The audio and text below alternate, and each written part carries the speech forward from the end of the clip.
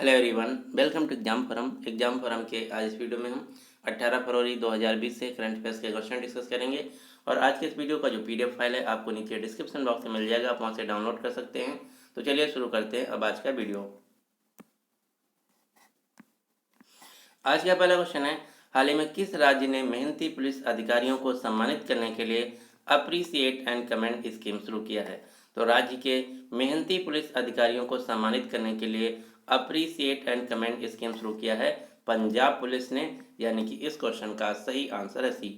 पंजाब राज्य की राजधानी है चंडीगढ़। पंजाब राज्य के राज्यपाल हैं वीपी सिंह बदनौर। पंजाब राज्य के मुख्यमंत्री कैप्टन अमरिंदर सिंह।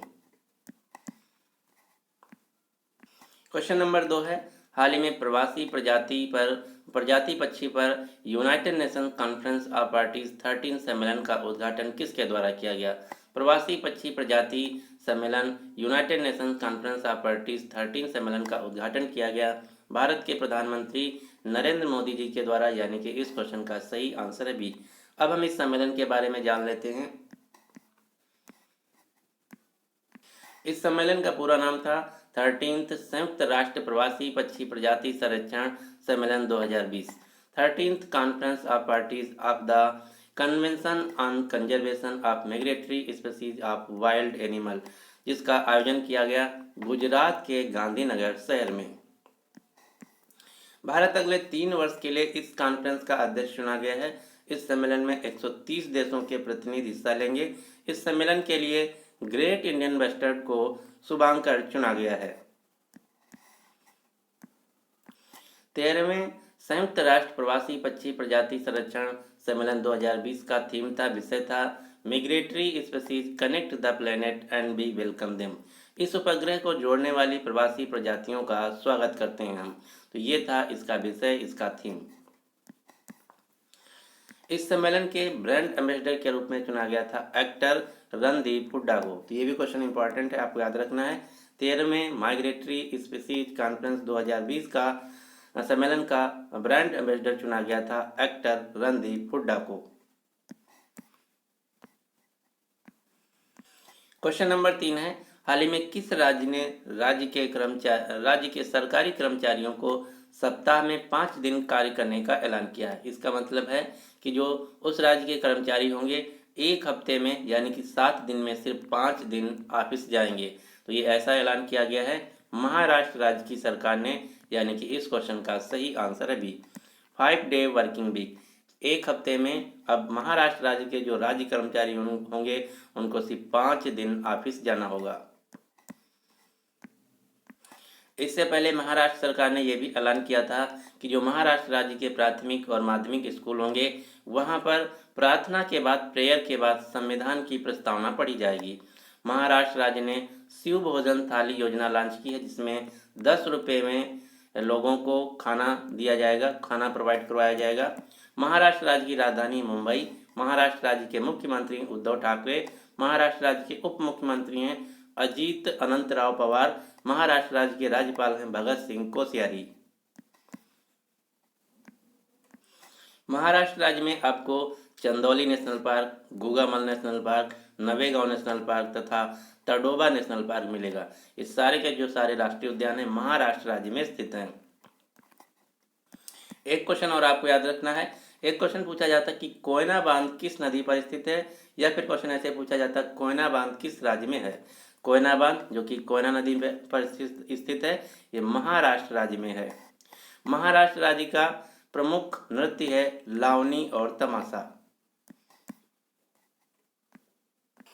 अगला क्वेश्चन है क्वेश्चन नंबर 4, हाल ही में Bengaluru open ATP tennis challenger पुरुष एकल वर्ग का खिताब किसने जीत लिया है? तो Bengaluru open ATP tennis challenger पुरुष एकल वर्ग का खिताब जीत लिया है जेम्स डकवर्थ ने, यानी कि इस क्वेश्चन का सही आंसर है सी। जेम्स डकवर्थ जो कि ऑस्ट्रेलिया देश के एक टेनिस खिलाड़ी हैं। एटीपी का पूरा नाम होता है एसोसिएशन ऑफ टेनिस प्रोफेशनल्स। इसी प्रतियोगिता में भारत के रामकुमार रामनाथन तथा पूर्वा राजा ने पुरुष युगल वर्ग का खिताब जीत लिया है। अब आपको कुछ भारत के टेनिस खिलाड़ियों का नाम याद रखना जो कि अक्सर एग्जाम में पूछे जाते हैं। तो ये हैं भारत के कुछ टेनिस खिलाड़ी। लिएंडर पेस, सानिया मिर्जा, महेश भूपति, यूकी भांबरी, रामकुमार रामनाथन, प्रजनेश गुणेश्वरन, प्रार्थना थोम्ब्रे। ये हैं भारत के वर्तमान में most famous tennis player. Question number 5 है, हाल ही में भारत सरकार ने अटल भूजल योजना के लिए किस बैंक के साथ $450 मिलियन के ऋण समझौते के लिए समझौता किया है? तो हाल ही में भारत सरकार ने अटल भूजल योजना के लिए विश्व बैंक के साथ $450 मिलियन के ऋण समझौते के लिए हस्ताक्षर किया है, यानी कि इस क्वेश्चन का सही आंसर है बी, विश्व बैंक, वर्ल्ड बैंक। विश्व बैंक जिसका मुख्यालय अमेरिका के वाशिंगटन डीसी में, इसकी स्थापना हुई थी 1944 में। विश्व बैंक के वर्तमान में प्रेसिडेंट हैं डेविड मालपास, जो कि अमेरिका देश से हैं। विश्व बैंक की वर्तमान में MD, managing director and CFO, chief financial officer हैं अंशुला कांत, जो कि भारत देश से हैं। यहाँ पर मैंने दो बैंकों के और नाम लिख रखा है, ब्रिक्स बैंक और एशियाई बैंक, तो इनके बारे में भी हम जान लेते हैं। ब्रिक्स बैंक जिसे हम एनडीबी, न्यू डेवलपमेंट बैंक के नाम से जानते हैं, इसका मुख्यालय चाइना के शंघाई में। ब्रिक्स बैंक के वर्तमान में प्रेसिडेंट हैं केवी कामत, जो कि भारत से हैं। ब्रिक्स बैंक की स्थापना हुई थी 2014 में। एशियाई विकास बैंक एडीबी बैंक, जिसका मुख्यालय है फिलीपींस के मनीला शहर में। एशियाई विकास बैंक के वर्तमान में अध्यक्ष हैं मत्सुगु अस्कावा, जो कि जापान देश से हैं। एशियाई विकास बैंक की स्थापना हुई थी 1966 में। क्वेश्चन नंबर 6 है, हाल ही में बायो एशिया शिखर सम्मेलन 2020 का आयोजन किस शहर में शुरू हुआ है? तो बायो एशिया शिखर सम्मेलन 2020 का आयोजन शुरू हुआ है तेलंगाना के हैदराबाद शहर में, यानी कि इस क्वेश्चन का सही आंसर है सी। अब हम इस सम्मेलन के बारे में जान लेते हैं। बायो एशिया शिखर सम्मेलन 2020 का थीम है, विषय है today for tomorrow. Today for tomorrow BioAsia शिखर सम्मेलन 2020 का थीम है, विषय है। बायो एशिया शिखर सम्मेलन 2020 के द्वारा नोवार्टिस कंपनी के सीईओ डॉक्टर बसंत नरसिम्हन तथा अमेरिका के प्रतिरक्षी विज्ञानी डॉक्टर कार्ल एच जून को जीव विज्ञान में इनके योगदान के लिए जीनोम वैली एक्सीलेंस अवार्ड 2020 से सम्मानित किया जाएगा। बायो एशिया, जो कि तेलंगाना सरकार का एक वार्षिक बायोटेक व जीव विज्ञान पर आधारित एक फोरम है, और इस साल जो बायो एशिया शिखर सम्मेलन हो रहा है, इसमें पार्टनर देश है, भागीदार देश है स्विट्जरलैंड। तो ये भी क्वेश्चन मोस्ट इंपॉर्टेंट है, आपको याद रखना है। बायो एशिया शिखर सम्मेलन 2020 का भागीदार देश है, पार्टनर देश है स्विट्जरलैंड। तेलंगाना राज्य की राज्यपाल हैं तमिलसाई सौंदरराजन। तेलंगाना राज्य के मुख्यमंत्री हैं के चंद्रशेखर राव। अब आपको तेलंगाना शहर से 3 इंस्टीट्यूट के नाम याद रखना है। कौन कौन से? राष्ट्रीय पोषण संस्थान, national nutrition institute, Indian institute of chemical technology, centre for DNA fingerprinting and diagnostic. ये तीनों के तीनों जो संस्थान हैं हैदराबाद शहर में स्थित हैं। क्वेश्चन नंबर 7 है, हाल ही में प्रधानमंत्री मोदी जी ने दीनदयाल उपाध्याय मेमोरियल सेंटर का उद्घाटन किस शहर में किया? दीनदयाल उपाध्याय मेमोरियल सेंटर का उद्घाटन किया गया है भारत के प्रधानमंत्री नरेंद्र मोदी जी के द्वारा वाराणसी, उत्तर प्रदेश शहर में। और वाराणसी शहर से ही हाल ही में प्रधानमंत्री मोदी जी ने भारत की तीसरी प्राइवेट ट्रेन को हरी झंडी दिखाया, जिसका नाम है काशी महाकाल एक्सप्रेस ट्रेन, जो कि वाराणसी से इंदौर के बीच चलेगी। भारत की पहली प्राइवेट ट्रेन चलाई गई थी लखनऊ से दिल्ली के बीच, दूसरी प्राइवेट ट्रेन चलाई गई अहमदाबाद से मुंबई के बीच, और उन दोनों ट्रेनों का नाम था तेजस एक्सप्रेस ट्रेन। अब भारत की तीसरी प्राइवेट ट्रेन चलाई गई जिसका नाम है काशी महाकाल एक्सप्रेस जो कि वाराणसी से इंदौर के बीच चलाई गई है। वाराणसी शहर में ही प्रधानमंत्री मोदी जी ने 1000 करोड़ रुपए की 50 योजनाओं का उद्घाटन किया, और यहीं पर पंडित दीनदयाल उपाध्याय की 63 फीट ऊंची मूर्ति का अनावरण भी किया है। जो वाराणसी शहर है ये प्रधानमंत्री मोदी जी का चुनाव क्षेत्र भी है, तो ये भी क्वेश्चन इंपॉर्टेंट है, आपको याद रखना है।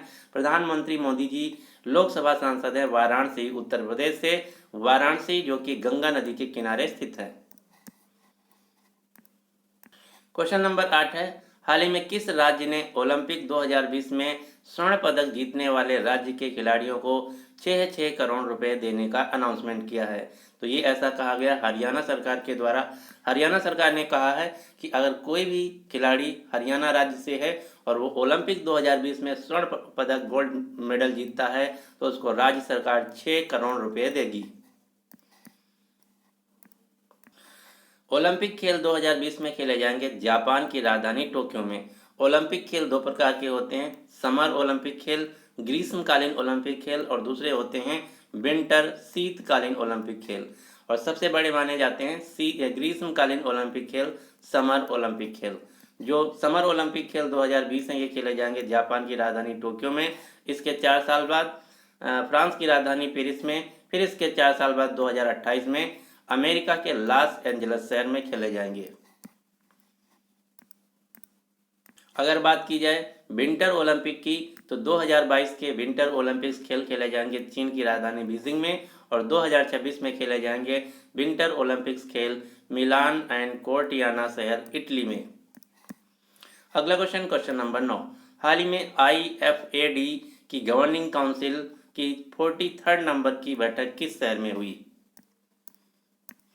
IFAD जिसका पूरा नाम है international fund for agriculture development, कृषि विकास के लिए अंतर्राष्ट्रीय कोष, इसकी हाल ही में 43वीं नंबर की बैठक हुई है इटली की राजधानी रोम में, यानी कि इस क्वेश्चन का सही आंसर है ए। इस सम्मेलन का थीम था, विषय था 2030 तक भूखमरी को समाप्त करने के लिए स्थायी खाद्य प्रणालियों में निवेश करना है। IFAD का मुख्यालय था इटली की राजधानी रोम में। इसकी स्थापना हुई थी 1977 में। IFAD के वर्तमान में अध्यक्ष हैं गिलबर्ट होंगबो। अब आपको दो और इंस्टीट्यूशंस के नाम याद रखना है जो कि खाद्य से रिलेटेड हैं। कौन कौन से? पहला है FAO, food and agriculture organisation, खाद्य और कृषि संगठन। दूसरा है वर्ल्ड फूड प्रोग्राम, विश्व खाद्य कार्यक्रम।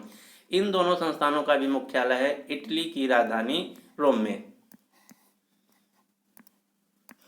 क्वेश्चन नंबर 10 है, हाल ही में यश भारती अवार्ड किस राज्य या केंद्र प्रदेश द्वारा दिया जाता है? का सर्वोच्च पुरस्कार है जो कि चर्चा में रहा। तो जो यश भारती पुरस्कार है ये उत्तर प्रदेश सरकार द्वारा दिया जाता है, जो कि हाल ही में चर्चा में रहा। क्यों? क्योंकि जो यश भारती पुरस्कार है इसका अब उत्तर प्रदेश सरकार नाम चेंज कर रही है। अब ये जो पुरस्कार है विभिन्न क्षेत्रों के जो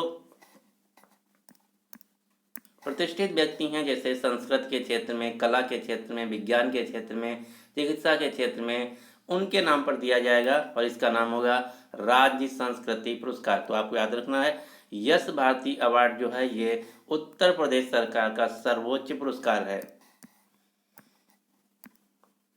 इसके अलावा आपको उत्तर प्रदेश राज्य से दो योजनाओं के नाम याद रखना है।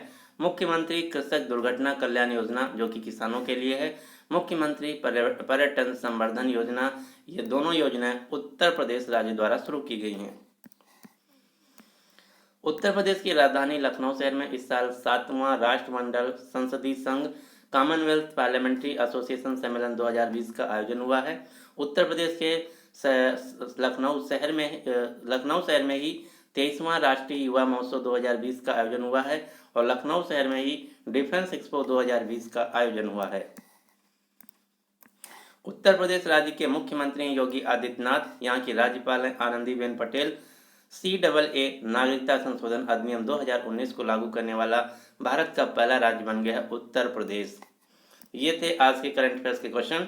अब आपके लिए क्वेश्चन क्या है कि हाल ही में दिल्ली के मुख्यमंत्री के रूप में शपथ किसने ली?